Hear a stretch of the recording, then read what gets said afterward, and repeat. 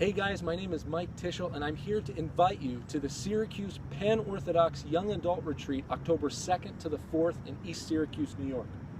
3,000 years ago, the prophet David asked God, "What is man that you are so mindful of him?"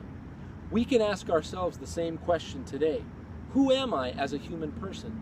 Do I know myself?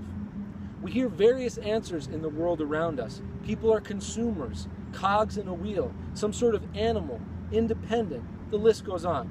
But what are we as human persons? Who are we? How does knowing ourselves impact our ability to live fulfilled lives? Elsewhere in the Psalms, Prophet David seemingly responds to his own question. He says, "The inward mind and heart of man are deep."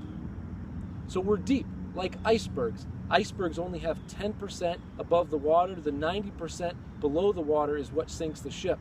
Modern psychologists say the same thing. They say the part of us that we're aware, the part of ourselves that we're aware of, is the 10% above the water. The 90% that we're not aware of is most of who we are, and we don't even really know what's going on down there.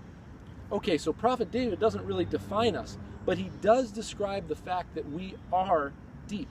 In other words, there's a lot to us both in our mind and in our heart, more than we can ever imagine. So how do we begin to explore these depths?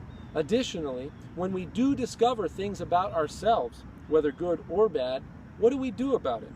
It's important to wrestle with who we are as human persons. The more we know about ourselves, the more we are able to relate in an authentic and loving way to God and to our neighbor. Join me on October 2nd to the 4th, 2015 in Syracuse, New York for the Syracuse Pan-Orthodox Young Adult Retreat, where all together we'll be exploring the topic of the human person and wrestling with some tough but important questions.